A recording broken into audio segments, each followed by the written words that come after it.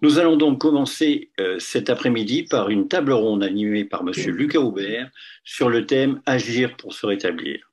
Cette notion de agir est en effet, cette notion de reprendre sa vie en main est en effet terriblement fondamentale, comme on a pu le comprendre, notamment en écoutant les interventions, les interviews des patients et de l'approche que vous avez entendu ce matin. Euh, le thème, donc, je viens de le dire, de cette table ronde est Agir pour se rétablir. Monsieur Lucas Aubert est directeur de l'organisme Alpha Psy, qui est un cabinet de conseil et de formation en santé mentale et sociale. Ce cabinet a été créé par l'œuvre Falleret et il a une particularité, c'est d'être co-dirigé et animé avec des formateurs pairs. Nous allons suivre donc cette table ronde à peu près pendant 1 heure jusqu'à 15 heures où nous enchaînons sur un nouveau chapitre. Monsieur Aubert, vous avez la parole. Merci beaucoup pour cette introduction. Bonjour à toutes et tous. Donc effectivement, je suis Lucas Aubert, je suis directeur d'Alpha Psy. J'aurai le plaisir d'animer cette table ronde en compagnie de Jérôme Blandy, Annick et Anne, que je vais prendre le temps de pouvoir interroger sur leur vision du rétablissement et cette notion de l'agir qui a été particulièrement déterminante dans leur parcours. Moi, je suis éducateur spécialisé de formation. Pour m'introduire rapidement, j'ai été formé aux notions de rétablissement à Montréal où j'ai travaillé pendant 3 ans. Et ces dernières années, j'étais manager de projets donc à Montréal puis en France dans les questions d'insertion, d'inclusion au logement et au sein de centres d'hébergement où je me suis évertué justement à transformer les institutions au regard de ce changement de paradigme qu'introduit le rétablissement et de créer des environnements qui favorisent la reprise de pouvoir d'agir des personnes qu'on accompagnait. Et effectivement, cette notion d'agir, elle me semble extrêmement déterminante. Et pour partir peut-être d'un point de vue un petit peu théorique, j'apprécie notamment ce que peut dire Paul Ricoeur, qui vient interroger la souffrance en expliquant qu'elle n'est pas justement uniquement définie par la douleur physique, ni même par la douleur mentale, mais bien par une diminution, voire par la destruction de la capacité d'agir, du pouvoir-faire, qui est ressenti par les personnes comme une atteinte à l'intégrité de soi. Donc on voit bien à travers ce point de vue en quoi, dans un processus d'aller mieux, de rétablissement, la question de la possibilité pour les personnes de reprendre le pouvoir sur leur vie apparaît essentielle pour venir apaiser cette souffrance qu'ils peuvent ressentir et peut-être prendre le contrôle de leur destinée. Pendant cette table ronde, on va s'appuyer également sur la notion donc de pouvoir d'agir, d'empowerment, comme l'appellent les anglo-saxons, et à travers la définition qu'en propose l'OMS, qui définit bien l'empowerment comme faisant référence au niveau de choix, de décision, d'influence, de contrôle que les usagers des services de santé mentale peuvent exercer sur les événements de leur vie. Et l'empowerment ajoute que la clé de cette transformation, elle réside avant tout dans l'évolution des rapports de force et des relations de pouvoir entre les individus, les groupes, les services et notamment le gouvernement. Donc pendant cette table ronde, on va avoir la chance d'écouter les témoignages de 4 personnes concernées eux-mêmes par les troubles de bipolarité qui vont pouvoir nous expliquer comment, au travers de leur parcours de rétablissement, cette question de l'agir a été centrale et comment ils ont pu mener, en tout cas reprendre le contrôle de leur existence. Tout d'abord, je vais pouvoir vous proposer qu'ils puissent s'introduire. Donc, je vais d'abord demander à Jérôme de pouvoir se présenter en quelques mots avant qu'on puisse aborder les questions. Très bien. Eh bien, donc, je m'appelle Jérôme et je suis donc médiateur santé pair. Depuis 1 an, je travaille comme père aidant dans un établissement psychiatrique de la Seine-Saint-Denis qui s'appelle Villévrard. Et je dois en fait cette reconversion professionnelle ainsi que l'année d'études qui accompagne cette prise de poste en licence de médiateur santé-père à Paris 13.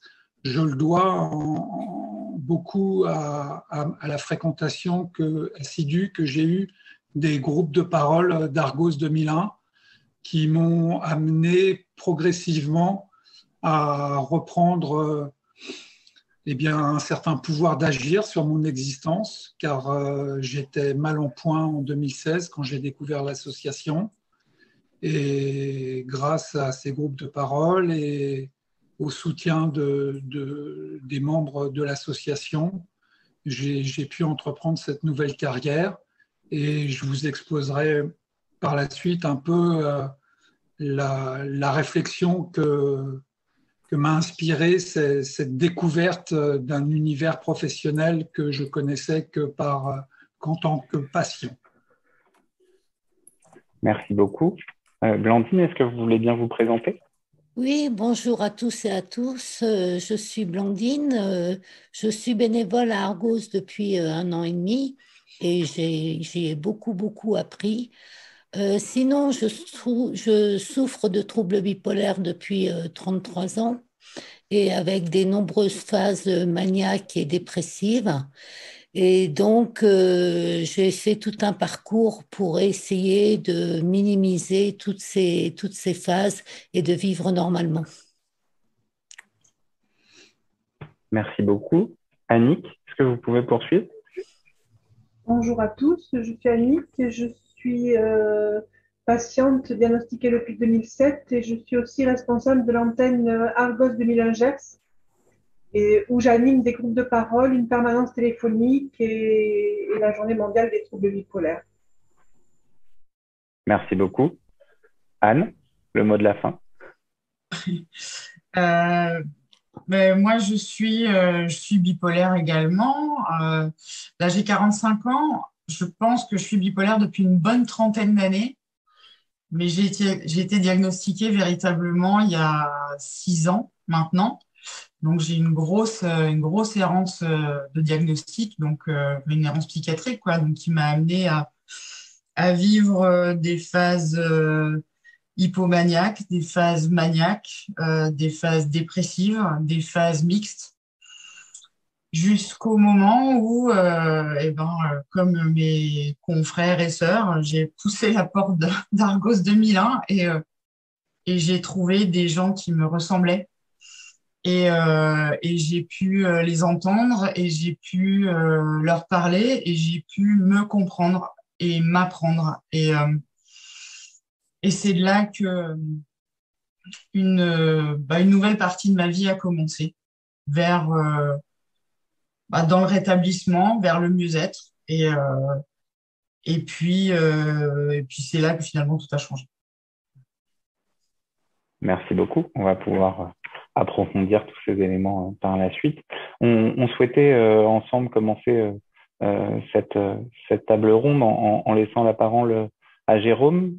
Jérôme, vous souhaitiez aujourd'hui partager une perspective davantage sociologique en abordant notamment une rétrospective historique des notions de rétablissement et de pouvoir d'agir. Est-ce que vous pouvez nous en dire plus? Oui, alors j'avais dans un premier temps envie de partager avec vous une image, parce que je suis un homme d'image. C'est pas celle-là, c'est la ronde des prisonniers. C'est un tableau de Vincent van Gogh, voilà, dont nous célébrons donc l'anniversaire de naissance. Voilà, c'est un tableau de la fin de sa vie qui a été peint. Ça représente la ronde des prisonniers, mais en fait, il s'agit d'un asile à Saint-Rémy-de-Provence, dans lequel a été interné Vincent vers la fin de sa vie. Et ça fait partie d'une collection qui a été montrée à Paris récemment. Et je trouve que c'est une image qui est très parlante, à différents titres, et notamment au titre de cette ronde.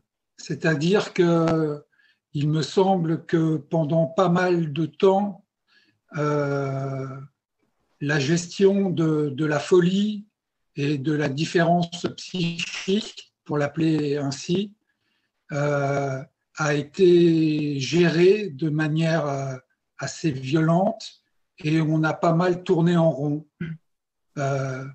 patients comme soignants. C'était pas vraiment, c'était considéré comme du soin, comme aujourd'hui encore on considère comme du soin l'isolement ou la contention. Mais pour moi, ça reste des actes quand même très violents et très traumatisants en tant que personne. Voilà, on peut arrêter le partage d'écran. Merci. Voilà, moi, ce que je voulais dire, c'est que la notion de rétablissement est apparue, comme on l'a vu ce matin, dans les années 70-80, à travers des mouvements d'usagers. Ce sont des usagers, des personnes donc différentes psychiquement, qui, à l'issue de leur parcours de soins, ont dit « mais c'est pas possible d'être catalogué, catégorisé comme fou pour toujours et de ne pas envisager de perspective de vie autre que celle du soin, du médicament et de l'hospitalisation. » Et ces mouvements d'usagers, notamment les survivants de la psychiatrie, ont suffisamment fait valoir leur voix et se sont suffisamment battus pour que des médecins, des psychiatres, des psychologues, enfin tout l'univers qui s'occupe professionnellement de la psychiatrie, s'intéressent un peu à ce qu'ils disent et y trouvent eux aussi finalement une perspective qui envisagerait différence psychique comme autre chose qu'une maladie. Parce que personnellement, bien que souffrant d'un trouble bipolaire, je ne me sens pas malade. C'est-à-dire que j'ai une sensibilité qui est la mienne, qui m'a posé problème à plusieurs reprises au cours de ma vie, mais je ne me sens pas malade. Et j'essaie autant que possible de retrouver, à travers un processus de rétablissement, une attitude et un comportement adapté à la société dans laquelle je vis, qui puisse à la fois être épanouissante et qui puisse me permettre d'avancer. Voilà. Donc, le soin, oui, mais pas à tout prix.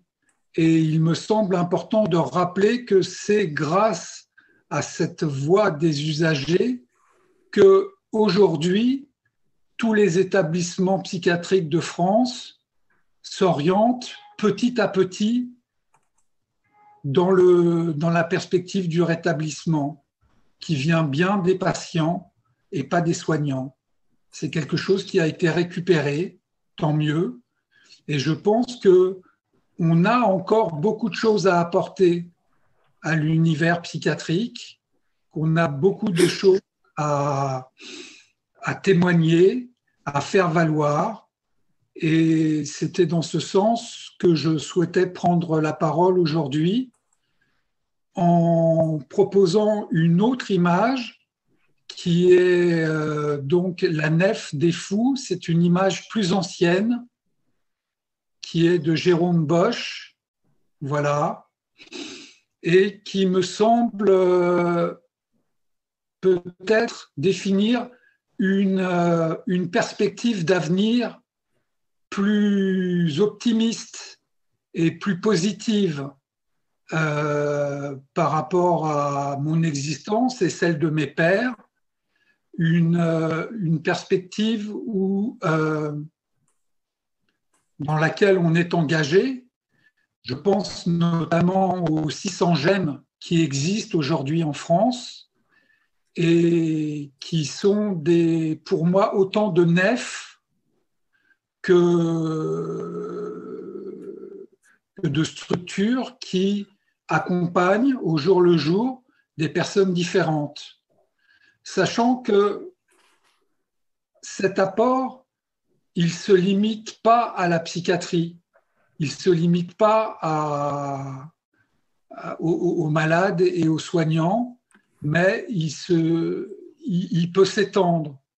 Et que en m'engageant moi personnellement dans l'univers psychiatrique, j'ai découvert finalement un univers dans lequel coexistent différentes pratiques qui sont historiquement marquées, qui vont celles de la pratique asilaire, parce qu'aujourd'hui encore, il y a des gens qui sont enfermés contre leur gré, qui sont à l'isolement, en contention.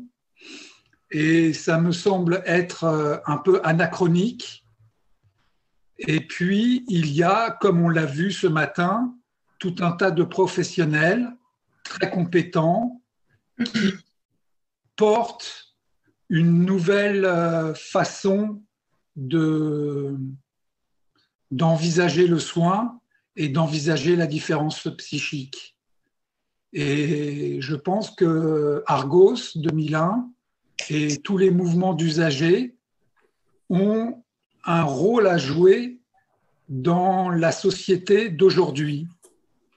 Notre sensibilité et notre expérience de la société nous rend pertinents pour faire de la société, et pas que de l'univers psychiatrique, une société plus inclusive, plus tolérante, plus bienveillante. Voilà, en gros, ce que je voulais dire. Merci beaucoup, Jérôme. Je compléterai ces témoignages par partager, lors de notre échange pour préparer cette réunion, vous avez dit une phrase qui m'a beaucoup marqué. Vous disiez que c'est dans l'imaginaire des patients que sont nées les solutions de la psychiatrie d'aujourd'hui. Et j'avais trouvé cette phrase particulièrement forte quand on sait justement que, pour rejoindre votre rétrospective historique, que la psychiatrie, par le mouvement des aliénistes notamment, a défini à l'époque la folie, ou en tout cas la raison de la folie, comme provenant des imaginations débordantes et de l'oisiveté des individus. Et aujourd'hui, votre témoignage prend le contre-pied justement de cette affirmation de l'époque en disant que c'est dans l'imaginaire des patients qu'on peut retrouver justement les solutions de la psychiatrie d'aujourd'hui. Donc voilà, je voulais compléter votre témoignage par cette anecdote qui me semblait particulièrement pertinente et contemporaine sur ce qu'on peut observer de l'évolution de notre monde aujourd'hui. Merci. Merci beaucoup. Dans les questions-réponses, il y a Fabrice Montoyo qui souhaitait préciser que justement dans le langage qu'on est amené à utiliser concernant la désignation des personnes qui souffrent de troubles psychiques, il est important de ne pas spécifier qu'on est la maladie, mais que nous sommes des personnes qui souffront justement de la maladie, ce qui, dans le concept de rétablissement, induit cette idée de se détacher du stigmate, de venir à un moment peut-être se redéfinir au-delà de son identité de malade que le système, notamment psychiatrique, souhaite nous donner. On va maintenant demander à Blandine. Blandine, est-ce que vous pouvez nous partager votre vision du rétablissement? Qu'est-ce que ce mot désigne? Donc, ma vision du rétablissement, c'est j'ai eu un déclic un matin où je me suis dit, je vis, donc je dois vivre et je le fais bien. Et ça a été le début de mon rétablissement, où j'ai mis en place pas mal de choses pour essayer de vivre au mieux ma maladie, parce que j'ai été comme dans le tableau de Van Gogh, j'ai été dans un cercle où je ne m'en sortais pas. Et quand j'ai fait un petit pas à côté de ce cercle, les choses se sont ouvertes, le cercle s'est ouvert pour être presque une parabole. Donc, j'ai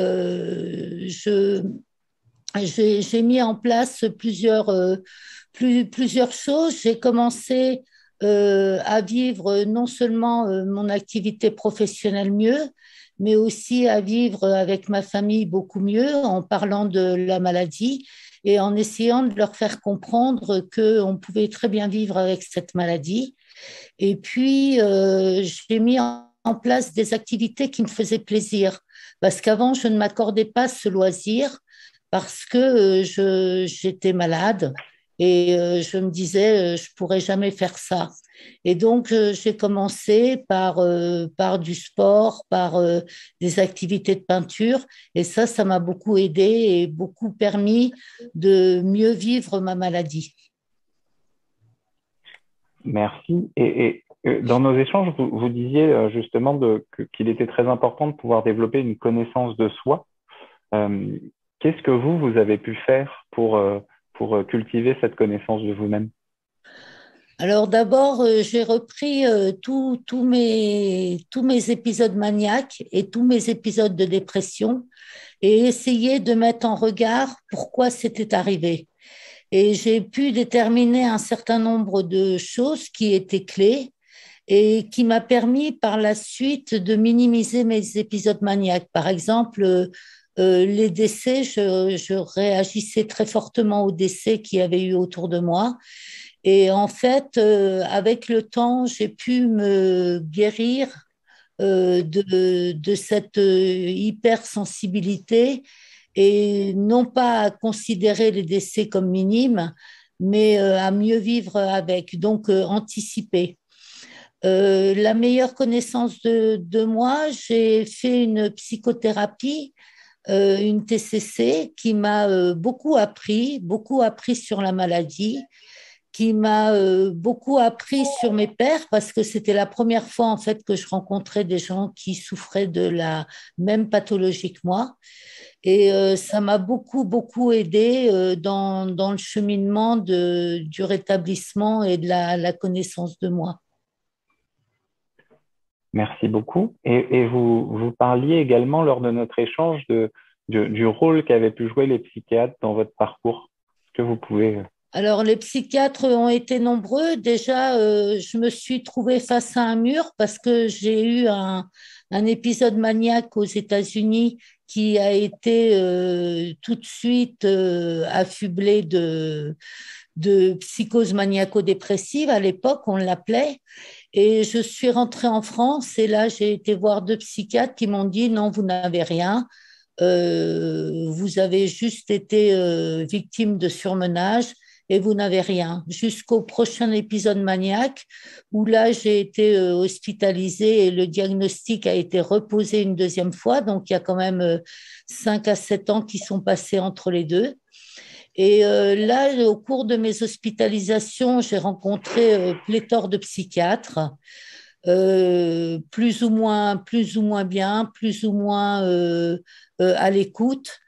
Et j'ai été orientée vers différents psychiatres qui m'ont plus ou moins convenu, jusqu'au jour où j'ai trouvé le psychiatre qui me convenait parfaitement et qui me suit depuis maintenant des années. Donc, j'insiste sur l'importance d'avoir un psychiatre avec qui on se sent bien, avec qui on est bien, parce que il ne se contente pas seulement de donner des médicaments, mais il y a tout un processus qui permet de se sentir beaucoup mieux. Est-ce que vous pouvez expliciter un petit peu ce processus? Qu'est-ce que ce psychiatre il a fait de particulier qui vous a permis de... Avec ce psychiatre, je discute librement. Donc, je peux lui dire tout ce qui m'arrive, non seulement dans les effets secondaires, il est à l'écoute, mais aussi dans tout ce qui est ma vie, qu'est-ce qui est important pour moi, qu'est-ce qui l'est moins. Et il m'accompagne comme ça, pas à pas. Donc, c'est toujours un plaisir de le retrouver. Et en fait, maintenant, il fait partie de ma vie. Et je sais que c'est essentiel. Maintenant, il a l'intelligence de réduire les traitements si c'est nécessaire, de les augmenter si c'est nécessaire. Donc, c'est vraiment un binôme que je forme avec lui. Ce que vous témoignez là, je trouve que ça rejoint justement l'un des principes de ce concept de rétablissement qui est l'idée de pouvoir avoir une vision holistique des personnes, globale, qui ne s'arrête pas uniquement à la question de la maladie et de la réduction des symptômes. Tout à fait. Et effectivement, ce psychiatre, il a pu porter un regard sur vous holistique et s'intéresser à ce que vous étiez en tant que personne et pas uniquement en tant que malade. Oui. Mais ce que je veux dire aussi, c'est que ça ne sera jamais un ami. Ça reste un psychiatre. Bien sûr. Et Tibric 57, vous souhaiterez savoir si famille et bipolarité sont des choses qui sont conciliables. Est-ce qu'il est possible de souffrir d'un trouble de bipolaire et pour autant d'avoir une vie de famille? Tout à fait. Moi, j'ai élevé 2 enfants avec mon mari. Ça fait 33 ans qu'on est ensemble. On aurait pu se quitter parce qu'il y a eu des moments vraiment très difficiles, mais on ne s'est pas quitté et on continue à faire notre vie ensemble. Merci beaucoup, Blandine. Et on a une autre question de Christian Rabaté qui s'interroge sur ce qui a permis le déclic dans votre parcours de rétablissement. Est-ce qu'il y a eu un déclic? Est-ce que ça a été un processus progressif? Ça a sans doute été progressif, mais c'est comme je le disais, c'est un matin, je me suis dit, j'ai fait le choix de vivre parce que j'ai eu aussi des instincts suicidaires, parce que cette maladie est difficile, et j'ai fait le choix de vivre, alors je vis. Et ça, c'est important c'était important pour moi de vivre ma vie. Donc, le déclic, oui, il a dû venir en essayant justement de sortir de ce cercle et d'agrandir ma vision. Merci beaucoup, Blandine, pour ce témoignage. Anne, je souhaiterais maintenant Annick, pardon, je souhaiterais maintenant vous donner la parole. Vous souhaitiez nous parler des outils et des moyens que vous avez mobilisés pour vous rétablir. Oui, alors moi j'ai entamé une psychothérapie sur toute ma vie et pas seulement sur les troubles bipolaires, mais d'une façon globale. Et à travers cette thérapie, j'ai pu faire de l'hypnose pour retrouver la mémoire de choses passées, de chocs émotionnels passés, et puis de faire de l'EMDR, qui est de l'intégration émotionnelle par des mouvements oculaires. Donc, on passe un objet devant les yeux et ça permet de faire remonter des émotions. Et ces émotions sont évacuées par de la respiration, c'est-à-dire de la cohérence cardiaque, où on respire à fond, on bloque la respiration quelques secondes et on souffle à fond. Voilà. Et puis, je fais aussi des séances d'EFT, c'est Emotional Freedom Therapy. C'est des textes qui sont écrits en collaboration, en partenariat avec la psychologue, que l'on lit tous les jours à haute voix, en tapant sur des points karaté ou autres. Voilà. Puis, j'utilise aussi la méditation pleine conscience, qui m'a permis de retrouver le sommeil, de diminuer mes somnifères, de faire baisser ma tension artérielle et de diminuer aussi mes pulsations cardiaques. Voilà. Et pour la détente et la relaxation, pour la détente et l'anti-stress, j'utilise de la relaxation. Et puis voilà, pour tous les outils que j'utilise. Merci. Et vous me partagiez aussi le fait que la littérature a été quelque chose qui vous a particulièrement aidé dans votre parcours et vous souhaitiez notamment présenter deux ouvrages qui ont été assez fondateurs pour vous. Oui, alors j'ai lu un livre qui s'appelle Les 5 blessures qui empêchent d'être soi-même de Lise Bourbeau et qui présente différents profils de blessures personnelles qu'on a pu vivre et qui m'a aidée. Et puis un autre livre d'une journaliste qui s'est intéressée à la santé mentale qui s'appelle Trouver ma place et elle s'appelle Natacha Calestréné.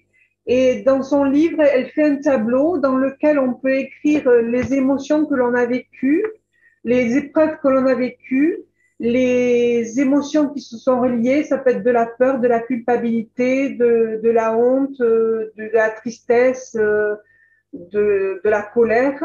Et le fait de remplir ce tableau m'a aidé pour le travailler ensuite avec la psychologue, pour mieux avancer. Ok, merci. Et Annie, quand on échangeait ensemble, vous aviez une manière bien à vous de décrire la manière dont vous engagiez les relations avec vos psychiatres. Est-ce que vous pouvez nous en parler un petit peu plus? Voilà, alors dans ma vie, j'ai changé plusieurs fois de département, donc j'ai donc changé de psychiatre. Et à chaque fois que je rencontrais un nouveau psychiatre, je lui demandais si c'était possible de faire une collaboration ou un partenariat d'une façon égale, voilà, de façon à travailler de façon unilatérale face à la maladie et à la prendre en charge chacun à son niveau. Et chacun avec son niveau de compétence et de responsabilité, justement. Voilà, c'est ça.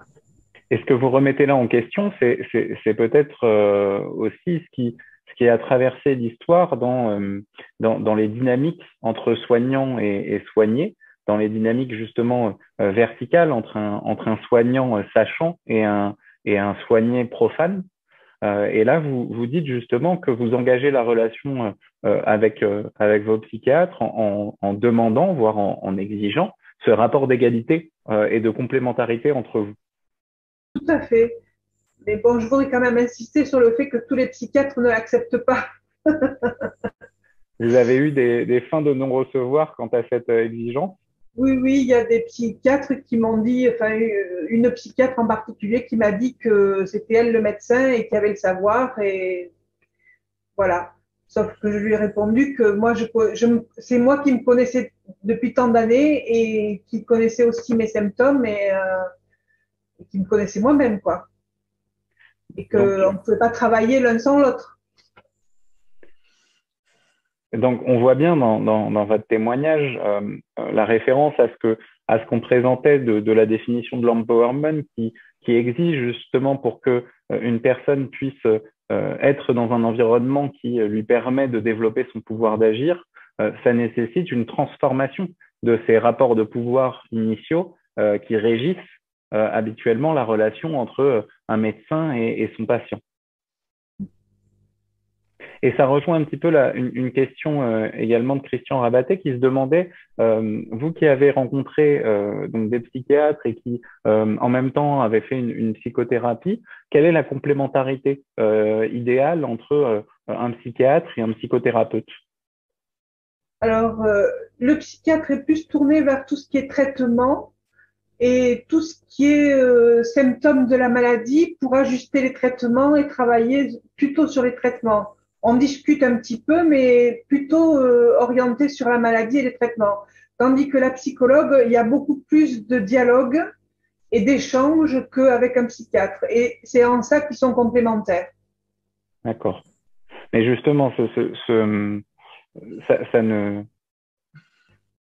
ça n'empêche pas que le psychiatre puisse avoir cette vision holistique dont on parlait tout à l'heure de ce que vous êtes et qu'il ne s'arrête pas justement qu'à la question de la médication et du traitement des symptômes. Ça nécessite aussi pour vous que ce psychiatre, il ait cette vision globale, même si effectivement, on ne va pas forcément rentrer dans une dynamique de relation d'aide, mais qu'il puisse ne pas s'arrêter à la maladie.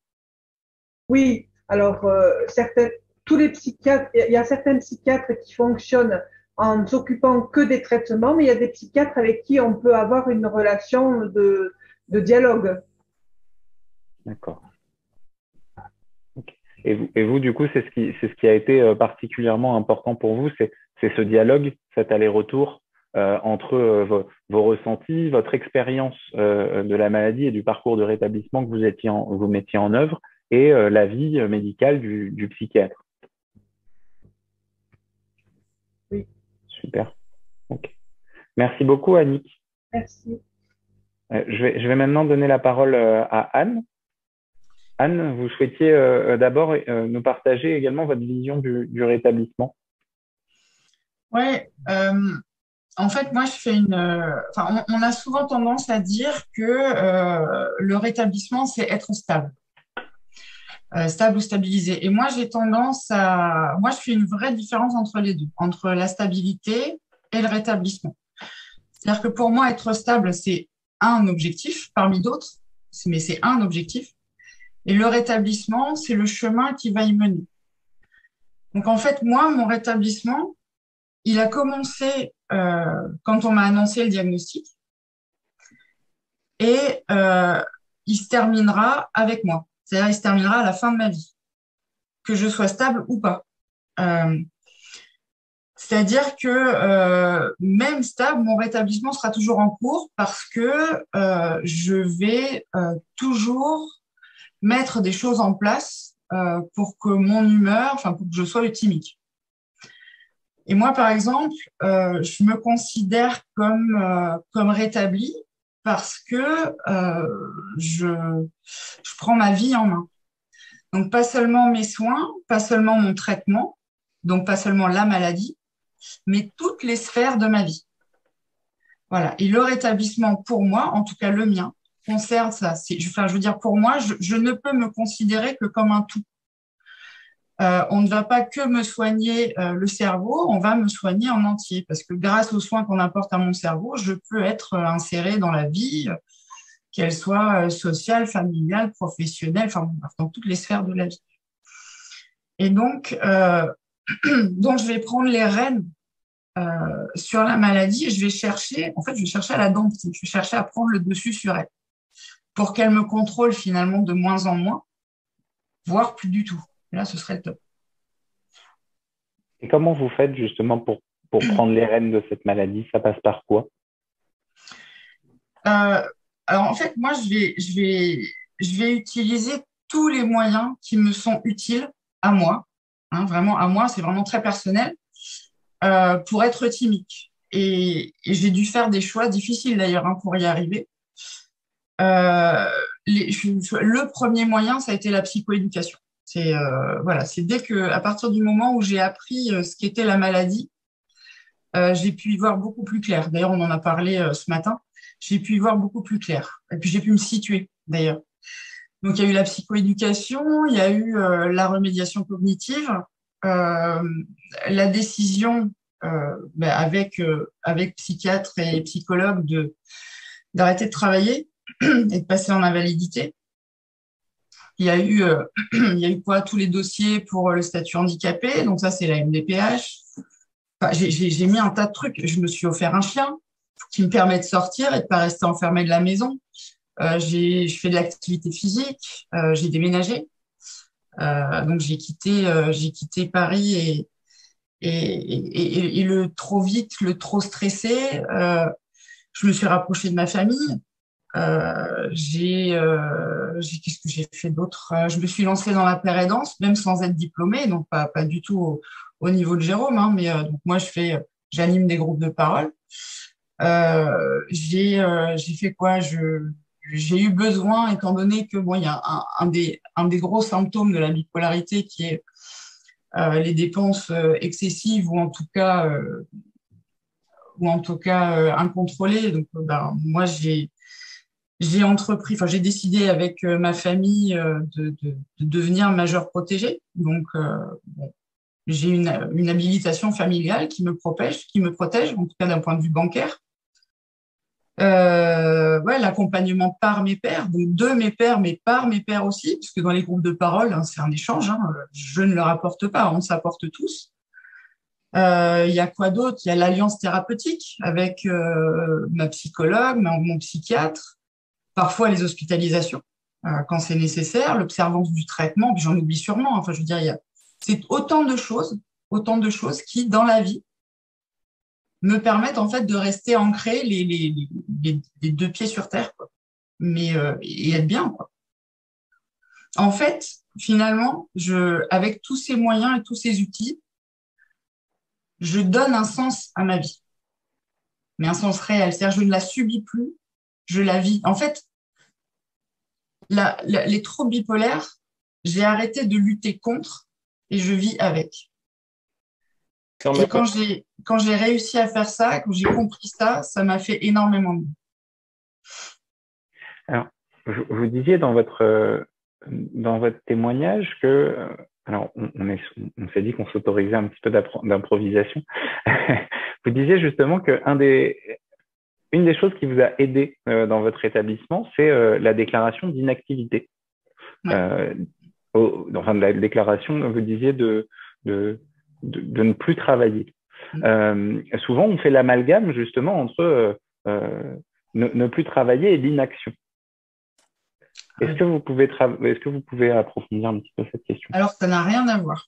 Alors, d'abord, c'est pas de l'inactivité, mais c'est de l'invalidité. De l'invalidité. C'est pas tout à fait pareil. Et alors, le mot, c'est un mot qui, moi, en fait, quand on m'a proposé l'invalidité, je me suis pris une claque et je me suis dit, ça y est, alors, parce que j'ai eu tout en même temps, arrêt maladie, invalidité, statut handicapé, tout en même temps. Et là, je me suis pris des claques de tous les côtés. Je me suis dit, ça y est, t'es plus rien. Et en plus, t'es bipolaire. Et donc, je me suis dit, je suis plus rien. Et en fait, non. Déjà, avoir le statut, je vais commencer par le statut handicapé très rapidement. Déjà, ça m'a permis d'être protégée d'un point de vue professionnel avec l'obtention de la reconnaissance en qualité de travailleur handicapé, donc la RQTH. Donc, si j'avais continué à travailler, j'aurais été protégée au niveau de mon poste. Et puis, j'aurais pu demander un aménagement. Et puis, puis finalement, on s'est tous décidés pour que, alors tous, c'est l'alliance thérapeutique que j'ai avec mes médecins, mes soignants, pour se dire que ce qui me convenait le mieux à moi, en tout cas en ce moment, c'est l'invalidité, c'est-à-dire arrêter de travailler. Parce que de toute façon, j'en étais arrivée à un point où je travaillais 1 mois, j'étais hospitalisée 3 mois. Je revenais 1 mois et demi, j'étais en arrêt 15 jours. Je revenais, enfin bref, j'étais en arrêt constamment et je supportais plus. Et en fait, le travail, le travail accentuait les troubles bipolaires. Et du coup, l'invalidité. Alors, l'invalidité, c'est pas du tout l'inactivité. L'invalidité, c'est ne plus être salarié d'un employeur. Voilà. L'invalidité, c'est ça. Et bénéficier d'une pension de la part de la CPAM, donc de la sécurité sociale. Voilà. L'invalidité, c'est là. Et c'est parce qu'on a un trouble psychique ou physique qui nous empêche de travailler. Voilà. Donc ça, et vous voyez dans la définition que je viens de vous donner, ça n'a rien, il n'est absolument pas question d'inactivité. Pas question. Alors, moi, j'ai des journées, donc je ne travaille pas. Je ne m'ennuie jamais. Et si mes journées pouvaient faire 30 heures, j'en serais ravie. Je vous le dis très honnêtement. Après, le tout, c'est de pouvoir être suffisamment en forme pour construire ses journées. Voilà. Après, il faut être en forme. Il faut aussi, malgré tout, il faut travailler sur soi-même. Il faut pouvoir être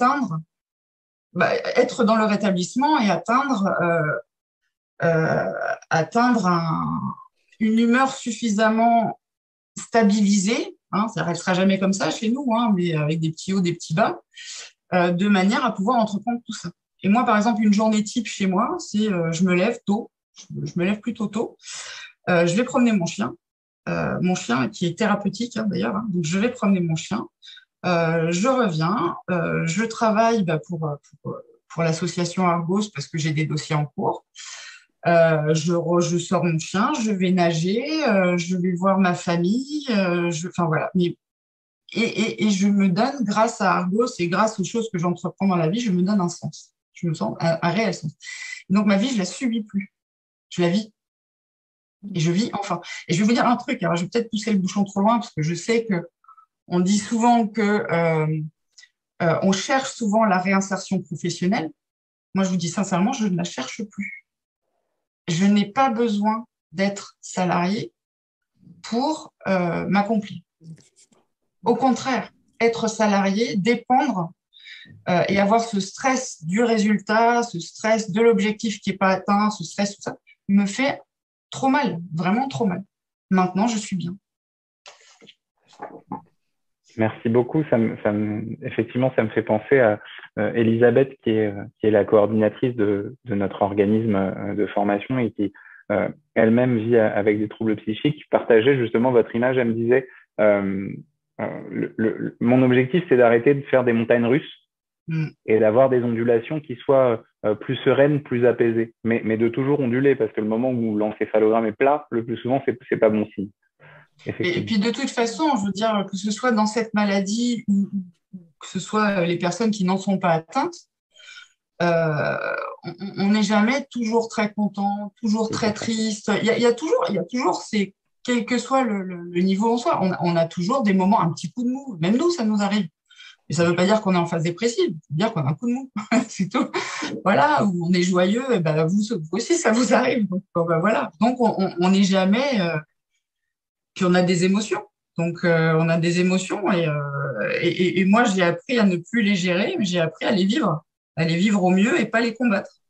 Et ça fait du bien de ne pas combattre ces émotions et de les accueillir, ça fait beaucoup de bien. Et tout ça, ça fait partie de mon rétablissement. Merci beaucoup pour ce témoignage. Je souhaite le compléter par une citation également que vous aviez pu me partager dans notre échange préparatoire, où vous disiez que vous, l'idée, c'était de connaître la maladie et de vous connaître dans la maladie. Je trouvais que c'était particulièrement juste pour décrire ce processus de rétablissement. Ben ouais, absolument, parce que il y a la maladie, donc qu'on va trouver dans les livres qui la détaillent, pas dans les témoignages, hein, mais vraiment dans les livres qui la détaillent. Donc avec les symptômes, les traitements, les saisonnalités, la lumière, voilà, tu sais, il y a la maladie, et puis il y a ma maladie, ma bipolarité à moi, qui est complètement différente de celle de Blandine, d'Annick, de Jérôme ou des personnes qui nous suivent. La mienne, elle n'est qu'à moi et elle ne concerne que moi. Vous voyez, par exemple, Annick tout à l'heure parlait de MDR, de FT, de cohérence cardiaque. Moi, ça ne me convient absolument pas. Au contraire, ça m'angoisse. Vous voyez, donc voilà, donc il y a ma maladie, il y a la sienne. Et non, moi, ce qui m'a permis de me connaître dans la maladie, c'est la psychoéducation, où là, j'ai pu trouver mes propres outils. Enfin, j'ai pu trouver les outils qu'on me proposait, les expérimenter, donc les garder, les rejeter ou même carrément créer les miens, mes propres outils à moi, que je propose ou pas d'ailleurs, mais dont on parle, on échange. On en parlait ce matin aussi avec professeur Franck.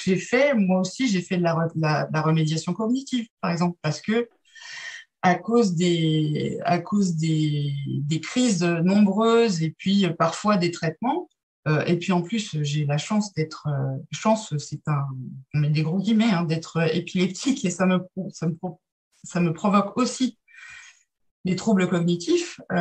Donc, la remédiation cognitive m'a permis aussi de pallier aux troubles cognitifs, d'y remédier, de les prévenir, et puis de savoir quand ils sont là, d'apprendre en fait à me dire c'est pas grave, ça passera. C'est pas grave, arrête de te battre. Et puis plus tu vas te battre, plus ça va continuer. Donc ça passera, quoi. C'est pas le c'est pas grave. Je veux dire, j'ai appris à relativiser. Aussi dans ma maladie, toute grave soit-elle. Moi aussi, j'ai fait des tentatives de suicide, j'étais alcoolique. Enfin bon, j'ai appris à relativiser et ouais, j'ai appris à vivre, quoi. Et quand on se connaît, en tout cas depuis que je me connais, que je me connais, que je m'accepte. On en parlait avec Dr Belzo ce matin. Depuis que je me connais, que je m'accepte moi et que j'accepte la maladie qui est en moi, je vais beaucoup mieux finalement. Merci. Annick, j'ai vu une main levée. Est-ce que vous souhaitiez réagir? Oui, je voulais juste faire un tout petit aparté pour dire que le rétablissement, c'était un cheminement, mais ce n'était pas la guérison. Car malheureusement, notre maladie, pour l'instant, on ne peut pas la guérir. Voilà, c'est tout. Merci, c'est apprendre à vivre avec, justement. C'est tout à fait ça. C'est ça. Et on a deux questions qui viennent du public qui me paraissaient importantes de poser. Alors, je m'excuse d'avance, je ne vais pas pouvoir poser toutes les questions que vous avez apportées, mais il y a quelqu'un qui demandait, et je vous interroge tous, par où conseillez-vous de s'engager dans ce processus? Quels sont les petits pas qui peuvent aider? Je vais intervenir. Moi, je vais répéter ce que j'ai dit tout à l'heure. C'est mon premier pas, en fait. Bon, après l'annonce du diagnostic, hein, donc ça a été le premier pas. Mon premier pas, ça a été pousser la porte, alors, sans faire de prosélytisme, mais pousser la porte d'Argos 2001 et rencontrer des gens qui me ressemblent. Voilà, ça a été mon premier pas. Et déjà me dire que non, je suis pas toute seule et qu'on est quand même vachement nombreux à être atteints par la maladie. Et donc ça, c'était mon premier pas. Et mon deuxième pas, ça a été la psychoéducation. Voilà, l'éducation thérapeutique du patient. Voilà.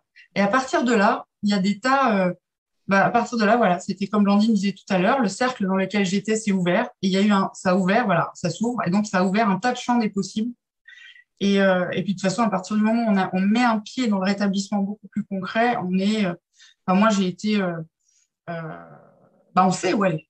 On sait parce qu'on a des conseils. On voit une personne qui nous en conseille une autre, qui va nous conseiller deux autres, puis deux autres. Enfin, c'est pyramidal et puis on sait où aller. Est-ce que quelqu'un d'autre veut réagir à cette question du petit pas? Moi, je veux bien réagir en disant que effectivement, c'est très important de sortir de son isolement parce que quand on souffre d'un trouble bipolaire, on a tendance à se replier dans sa coquille et à ne plus en sortir parce que c'est associé à la honte, à la culpabilité. On ne sait pas très bien comment agir, on ne sait pas quoi faire, on ne sait pas si on doit le dire, pas le dire. Donc, il y a aussi toute l'autostigmatisation qui joue. Donc, c'est sortir de son isolement et une des pistes, c'est justement de rejoindre des associations et de s'ouvrir à des gens qui sont comme nous. Merci. Il va falloir qu'on conclue. Est-ce que l'un d'entre vous a un mot de la fin avant que je m'autorise une petite conclusion? Moi, ce que je veux dire, c'est pas parce qu'on nous a diagnostiqué bipolaire qu'on est… Bon, déjà, on n'a pas d'étiquette sur le front, hein, ça se voit pas, enfin pas toujours. Mais c'est surtout qu'il y a de l'espoir, quoi. Même s'il n'y a pas de guérison, il y a de l'espoir et on peut bien vivre avec un trouble bipolaire, quelle que soit la façon dont on vit. Vous voyez, Jérôme vit bien, il est salarié. Moi, je vis bien, je suis en invalidité et on ne lutte pas forcément. Enfin, je veux dire, j'ai connu quelqu'un chez Argos qui disait, je fais un coucou, c'est Olivier, qui disait, je suis détendu du trouble. Moi aussi. Moi aussi. Et franchement, ça fait du bien. Ça fait vraiment du bien. Merci beaucoup pour cette belle conclusion. Blandine, peut-être? Moi, je dirais pareil, il faut avoir de l'espoir. La route est longue, la route a des embûches, mais la route vaut la peine d'être vécue. Merci. Annick, un petit mot? Le rétablissement, c'est justement la marche pas à pas. On ne monte pas une échelle en sautant des échelons et tout se fait petit pas par petit pas et en utilisant des outils qui nous sont propres à chacun et qui ne sont pas valables forcément chez le voisin. Voilà. Merci. Jérôme? Votre micro, Jérôme.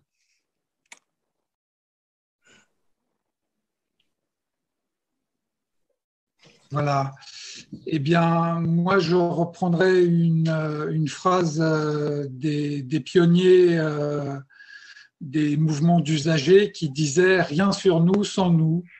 Donc, je pense qu'on a beaucoup de choses à apporter Et du coup, il faut effectivement se donner la chance et l'opportunité, la créer, d'apporter notre sensibilité, notre expertise, notre expérience rare. Merci beaucoup à vous quatre. Je pense que votre message était particulièrement porteur d'espoir pour toutes les personnes qui vous ont écouté. Moi, je souhaiterais saluer notamment la singularité de vos témoignages qui démontrent encore une fois que le rétablissement est tout sauf un parcours normatif, comme une nouvelle forme de normalisation, comme disait Patricia Digan, mais c'est bien un cheminement singulier dans lequel voilà, l'agir a une place essentielle et chacun agit différemment en fonction de ce qu'il considère être le mieux pour lui et les outils qu'il considère pertinents pour lui. Et ce que j'aime dans cette approche, c'est justement qu'elle vient décloisonner les champs et qu'elle vient mettre fin aux luttes de chapelle. Comme on dit, toutes les formes d'intervention, tous les outils sont pertinents à partir du moment où la personne considère que ça lui est utile et que ça l'aide dans son processus. Donc, un grand merci à tous et Bernard, je vous rends le micro. Merci. Bien, écoutez, Merci. J'accepte la parole, mais je ne peux pas faire autre chose que vraiment vous remercier, moi, à mon tour, pour la très belle conclusion que nous venons d'entendre. Et surtout la façon dont vous avez animé aussi cette table ronde avec enthousiasme et avec une maîtrise superbe.